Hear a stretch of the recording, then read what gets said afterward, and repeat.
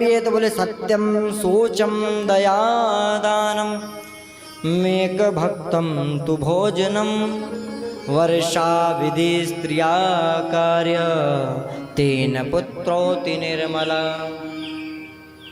नियम बताए। आत्मदेव जी को कहा कि तुम्हें कुछ नियमों का पालन करना पड़ेगा। सत्यम सोचम दयादानम, यानी कि जब जैसे ही तुम इस फल को अपनी पत्नी को खिला दोगे, उनसे कह देना कि सत्य बोले, सही सोचे। सत्यम सोचम दया, मन में दया बनाकर रखे। यदि कोई जीव सामने आ जाए या कोई भी ऐसी परिस्थिति आ जाए तो उसमें मन में दया बनाकर रखे। सत्यम सोचम दया दानम और मेक भक्तम तो भोजनम, यानी कि एक समय भोजन करे।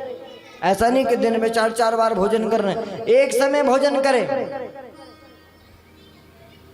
महाराज, और वर्षा विधि स्त्रिया कार्यम तेन पुत्रोति निर्मलम, वर्षा में बाहर ना निकले। यदि इन नियमों का आपकी पत्नी पालन करोगी तो तेन पुत्रोति निर्मलः, तुम्हारा पुत्र जो है वो बड़ा सुंदर और संस्कारी जन्म लेगा।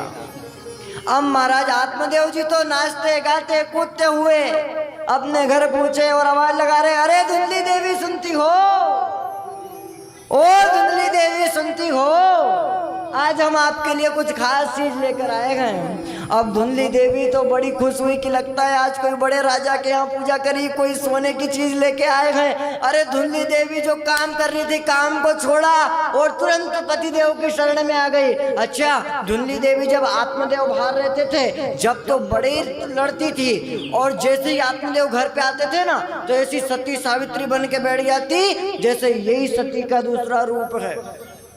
महाराज खूब ढोंग करती। जैसे ही वे आत्मदेव जी घर में आए, थाली लेके आ गई, अरे मैं आपके पैर धुला देती हूँ। अब महाराज धीरे से पूछा, बोले क्या लेकर आए थे आप? बोले हम आपके लिए आम लेकर आए हैं, एक फल लेकर आए हैं। धुंधली देवी का वहीं मुंह उतर गया। बोले कि फल तो आप रोज लाते हो, इसमें क्या खास बात है, इसमें क्या विशेषता है? बोले इसमें विशेषता यह है कि यदि तुम इस फल को खा लोगी, यदि तुमने इस फल को ग्रहण कर लिया, तो हमारे घर एक संतान का जन्म होगा, हमें पुत्र की प्राप्ति होगी। महाराज आत्मदेव जी तो बड़े खुश, पर जो धुंधली देवी थी वो बड़ी चिंता करने लगी। आत्मदेव जी ने कहा तुम ये फल को जल्दी से खा लो, इसको ग्रहण कर लो। परंतु महाराज धुंधली देवी ने कहा कि एक काम करती हूँ, मैं इसे भी भगवान के पास रख देती हूँ, सुबह स्नान आदि से निवृत्त होकर फिर इस फल को ग्रहण करूंगी। अब महाराज आत्मदेव जी ने कहा ठीक है, जैसी तुम्हारी इच्छा, पर इस फल को खा लेना, मैं अपने यजमान के यहाँ पूजन करने जा रहा हूँ। महाराज आत्मदेव जी तो पूजन करने के लिए निकल गए। अब धुंधली देवी बड़ी चिंतित अवस्था में अपनी घर की पेड़ी पर बैठी बैठी टेंशन कर रही है कि अरे बाप रे बाप, ये फल को यदि मैं खा लूंगी तो मेरे तो यहाँ संतान हो जाएगी। इतने में ही उसकी एक सहेली आई। अच्छा,